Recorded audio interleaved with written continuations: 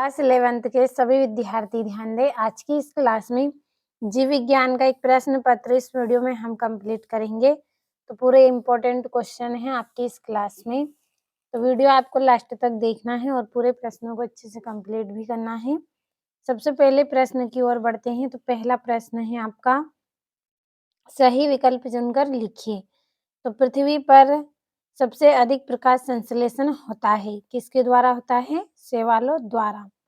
दूसरा है, पादप जगत का उभयचर कहा जाता है, तो किसको कहा जाता है? बायोफाइटा को। तीसरा है, टेरिडोफाइटा का सदस्य है, तो लाइको पोडियम, ये क्या है? टेरिडोफाइटा का सदस्य है।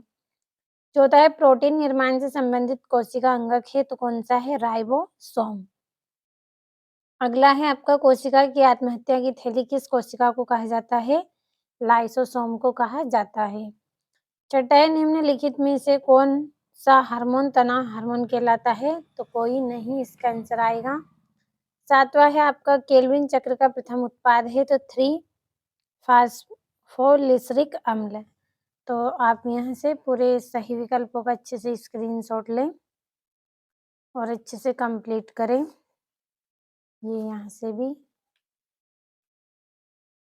अब अगले प्रश्न की ओर बढ़ते हैं। तो अगले प्रश्न में आपके रिक्त स्थान की पूर्ति करके लिखना है आपको। पहला है, कोशिका की भित्ति डेडेज बनी होती है, तो सेल्यूलोज की बनी होती है। दूसरा है, जल संवहन तंत्र संग डेडेज की विशेषता है एकाइनोडर्मेट की। दूसरा है, सबसे ऊंचा एंजियोस्पर्म डेडेज है, तो यूकेलिटिस है। चौथा है, अर्धसूत्री विभाजन में एक पैतृक कोशिका से डेडेज संतति कोशिकाएं बनती हैं। अगला प्रश्न है आपका, अर्धसूत्री विभाजन में एक पैतृक कोशिका से डेडेज संतति कोशिकाएं बनती हैं, तो कितनी बनती हैं? 4। पांचवा है, कोशिका का ऊर्जाग्रह डेडेज को कहा जाता है, तो माइटोकॉन्ड्रिया को कहा जाता है। छठा है, कवकों की कोशिका भित्ति प्रायः डेडेज बनी होती है, तो किसकी बनी होती है? काइटिन यौगिक की। सातवां है, पादप विषाणु का आनुवांशिक पदार्थ डेडेज होता है, सिंगल अथवा डबल स्ट्रांडेड। तो ये यहाँ से आपके रिक्त स्थान हो गए हैं कंप्लीट, आपको अच्छे से कर लेना है इनको। अब अगले प्रश्न की ओर हम बढ़ते हैं।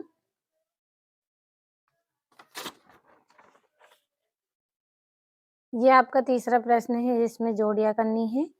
तो यहाँ पे कुछ जोड़ियों को मैंने कंप्लीट कर दिया है, बाकियों को आप कर लें।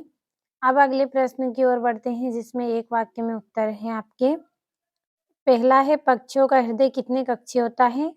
4 कक्षीय होता है, जो पक्षी होते हैं उनका हृदय। दूसरा है, संघ आर्थ्रोपोडा के 2 जंतुओं के नाम लिखिए, तो कॉकरोच, झींगा, केकड़ा। अगला, अर्धसूत्री विभाजन की किस अवस्था में टेट्राइड का निर्माण होता है? पेक्टिन अवस्था में। चौथा है, एक पाइरूविक अम्ल में कितने कार्बन परमाणु होते हैं? 6 होते हैं। पांचवा है, कार्बोहाइड्रेट के श्वसन गुणांक का मान लिखिए, तो 1 होता है। छठा है, पादप विज्ञान की शाखा माइकोलॉजी के अंतर्गत किसका अध्ययन किया जाता है? पौधों के जीवन का अध्ययन किया जाता है इसके अंतर्गत। सातवां है, मनुष्य का वैज्ञानिक नाम लिखिए, तो होमो सेपियस मनुष्य का वैज्ञानिक नाम है। कंप्लीट अच्छे से करें यहाँ से भी। अगले प्रश्न की ओर बढ़ते हैं। तो ये माइक्रोप्लाज्मा क्या है? और छठा, अंडे देने वाले स्तनियों के नाम। सातवां, ऊतक किसे कहते हैं? आठवां है, कॉकरोच में कटक कहाँ पाए जाते हैं? नौवां है, पादप कोशिका में धानी का क्या महत्व है? 10वां है, कोशिकीय कुंड किसे कहते हैं? और ये आपका 11वां है, आइसोजाइम किसे कहते हैं? तो आप पूरे प्रश्नों का यहाँ से स्क्रीनशॉट लें, अच्छे से कंप्लीट कर ले आप सारे प्रश्नों को। बहुत ही इम्पोर्टेंट क्वेश्चन है आपके, ये यहाँ से भी करें। अब 12वें प्रश्न की ओर बढ़ते हैं।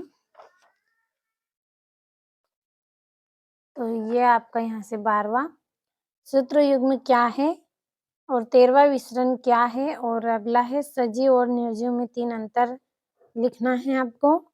और 15वां है, मोनेरा एवं प्रोटोस्टा में कोई 3 अंतर लिखिए। और ये जीवों के वर्गीकरण तथा पहचान में कुंज किस प्रकार सहायक है? 4 नंबर का। अथवा है, जैव विविधता से आप क्या समझते हैं? यह विविधता किस प्रकार पारिस्थितिक संतुलन बनाए रखने में आवश्यक है? स्पष्ट करें। तो यहाँ से आप इतने प्रश्नों का अच्छे से स्क्रीनशॉट लें। फिर अगले प्रश्न को हम पढ़ेंगे। बढ़े अगले प्रश्न की ओर। तो ये आपका यहाँ से 7वां है। जैव विविधता संरक्षण में वनस्पतिक उद्यान एवं जंतु उद्यान किस प्रकार सहायक है, स्पष्ट कीजिए। 4 नंबर का। 18वां है। द्विबीजपत्री तने की आंतरिक संरचना का नामांकित चित्र बनाइए। 5 नंबर का है ये भी। तो स्क्रीनशॉट ले यहाँ से। फिर 19वें प्रश्न को हम पढ़ेंगे। तो ये आपका 19वां है। कोशिका जीवन की मूल इकाई है, वर्णन कीजिए। तो अच्छे से पूरे प्रश्नों को आपको कंप्लीट कर लेना है।